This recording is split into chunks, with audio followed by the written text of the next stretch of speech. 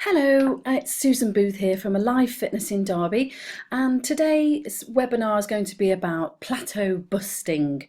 Now, it really is annoying if you are on a weight loss journey and you get to a stage where the weight just isn't coming off, it's just staying the same. So hitting a plateau is a common experience. It can be one of the most demotivating things to happen. It's the number one reason why people actually abandon their exercise and eating patterns.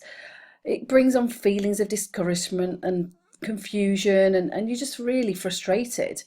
Thankfully, overcoming it can be easy. All you need to do is prepare for it to happen and know the steps. So that's what we're going to go through today, and we're going to have a look. So first of all, what actually is a plateau? So your body has this mechanism, a regulatory mechanism, which works to keep the amount of energy that you consume in balance with the amount of energy that you use. In other words, your body actually naturally doesn't want to lose weight. So it does everything it can to keep you the same. On the other point here, sometimes you underestimate the amount of exercise that you do and you overestimate the amount of calories that you eat, and often if we're not recording correctly, we do find that we're eating the same amount of calories that you're actually burning. So again, that is a plateau. So it's your food that your intake equals the exercise expenditure, so therefore we're always going to stay the same. So what I want to say is, firstly, is to try and be positive and think of the positives that plateauing can bring on. Think of it like your body is actually ready for the next stage. It's saying, give me something new. And it really is a great time to change up your exercise, and it can be really creative and really interesting to change your food types and change everything. Really, it's very challenging. You need to challenge your body in order for it to move forward, and if weight loss is your goal. So let's have a look at the reasons. We're going to firstly look at reason one. So this is reasons and solutions if we can. So sometimes when we go on a weight loss journey, we tend to start to cut our calories, and you get addicted to doing that. You're really liking the positive things that it's doing to your body, and you keep saying to yourself, I'll eat less, it'll go faster, I'll get more off. But actually this has the opposite effect. So it takes calories to burn calories, which means that you need to eat in order for your body to burn. So the body simply slows its metabolic rate when you don't eat enough, and when it senses the decrease of food intake, it just shuts down. The body still functions correctly, but it requires few calories, creating hunger and prevents the fat loss that you're wanting. So externally, the body's tricked into doing less, like you get lazier, you feel more tired because you're not eating as much, and therefore you move less, and then you become more economical. So what you're going to do, so to prevent this, keep your calories slightly below the amount recommended. So your BMR, I will give you that in the class if you want to email me to find what yours is. This relates to your age and the weight that you are at this point. It changes all the time. So the less weight that you are, the less calories your body needs to actually function. However, you don't want to go too low. Like I say, the body will shut down. So we just want to make sure that there's a deficit no greater than 500 calories a day, which will then help you to kickstart that weight loss again, which is what we're after. So don't eat too little. That's the message here. Here's reason number two. So your lean body mass uses up 8 times the calories that your fat does. Therefore, the loss of enough of this fat burning commodity, i.e. the muscle, dramatically lowers your metabolism and brings the fat loss to a screeching halt. So what we really need to do here is to keep your body nourished. We want to eat good, clean eating foods that are going to support muscle gain. You want to follow more exercise recommendations. So resistance training, so here's a picture here of a lady with a dumbbell. You need to do that kind of exercise 3 times a week and no more than 20 to 30 minutes of cardio exercise. Yes, we do want a strong heart, but if your goal is to lose weight, then you do need to increase that muscle mass, because when you're asleep, your body will burn more calories just as it's resting, which is what we want it to do. And also it makes your body look really toned and firm, and that's another thing that we want to maintain. Often with a weight loss goal, it's actually the way you look that you're after. So gaining muscle mass here will give you that.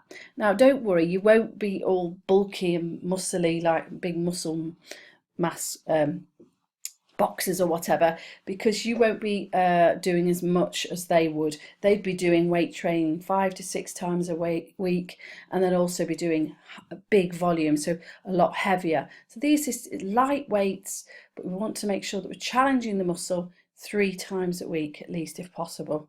So in my classes we do a kettlebell class, when we do the fitness Pilates, when we do the toning class with the body weight, that can be classed as a muscle mass gaining resistance class or session. So let's move on to reason 3. So reason three is the body becomes too efficient. So like we said just in the intro there, your body doesn't actually want to lose weight. It wants to maintain balance and homeostasis. So it actually becomes efficient at whatever you give to it. So the body's required to make hundreds of internal changes just to adjust different workloads.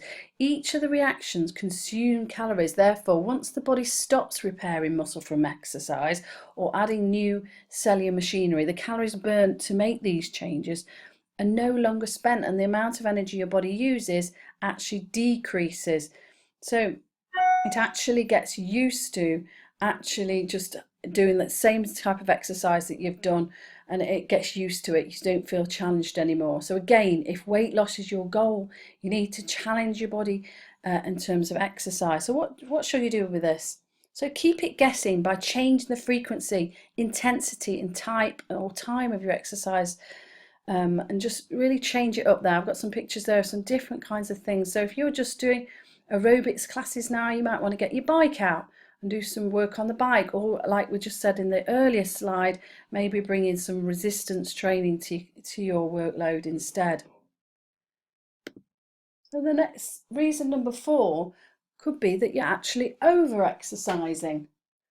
So when you're over exercise, it's not always a good thing. It's just as in under eating, overtraining can decrease the amount of calories that you actually burn. And it's partially due to adaptive thermogenesis, which is like a survival mechanism. Again, it's the same thing. The body doesn't want to actually lose weight, so it adapts. But also stress can come into this. So if the body is stressed and tired, you won't be able to get the rest that it needs, and therefore the repair won't be being done. And the body actually again goes into shutdown, and it actually doesn't lose weight at all. So in other words, there may be a point of diminishing returns when an increase in exercise and energy is negated by an equal decrease in non-exercise energy expenditure. This negates the additional work, and at least until expenditure is dramatically increased or the calories are decreased. So what should we do here? Just have a rest. Just take 7 days off from the regular exercise routine. And maybe this actually should be done every 3 months anyway. You should really have a rest, complete rest of the body every 12 weeks. And start back with a less and a different type of work. So change your exercise and increase it only as you see necessary, and the least amount of specific work to initiate the change really. And your metabolism and daily activities, they'll reset and increase again over time. So it doesn't do your body any harm to have a good rest every now and then from exercising, still eating clean, eating wisely, and then recharging it again with some different things. So what are the take homes here? So let's just to recap. Reassess the exercise time and intensity that you're doing at the moment. Sometimes we're not doing enough, sometimes we're doing too much. Reassess the exercise activities, so change up the exercise, try new activities to cause the muscles to be challenged and therefore burning more calories. Consistency is a really big question here. Improvement and change occur only when you do things often. So you need to keep on with whatever you're doing. Let's look at it as a 3-month plan and do that thing for 3 months. So if you're eating cleanly, eat cleanly for 3 months, and also step up your exercise for 3 months and see what the change is. It's no good just doing it for a week or 10 days. It's not consistent enough. You need regular consistency for the body, and then change it again after 12 weeks, move on, do something different. Try and avoid the scales, because I think, like I said, with your weight loss journey, most people want to look better, they want to look slimmer, and they want to look stronger and feel stronger. So actually, tape measures are a good way to measure that rather than the scales. Muscle mass can sometimes weigh heavier than fat mass. So even though you've shrunk in size, the scales will show that you're actually gaining or maybe staying the same. So the plateau isn't really real. So the tape measure is very much more important. And the last one, which is a simple one, which again is very underestimated in my experience, using the fitness journal and a food journal. Track what you're doing for 3 months if possible. And if you're coming to one of my classes, bring them back to me so we can assess them at all times to make sure that you are being consistent and that you are doing the right type of exercise for the goals that you want. So I hope you've enjoyed this little video about plateaus. Please share it with your friends, and if you want to come to an Alive Fitness class, just go along to my website, alive-fitness.co.uk. We do exercise, we do weight management, and we also do nutritional advice. So please let all your friends know. Thanks for listening. Bye bye.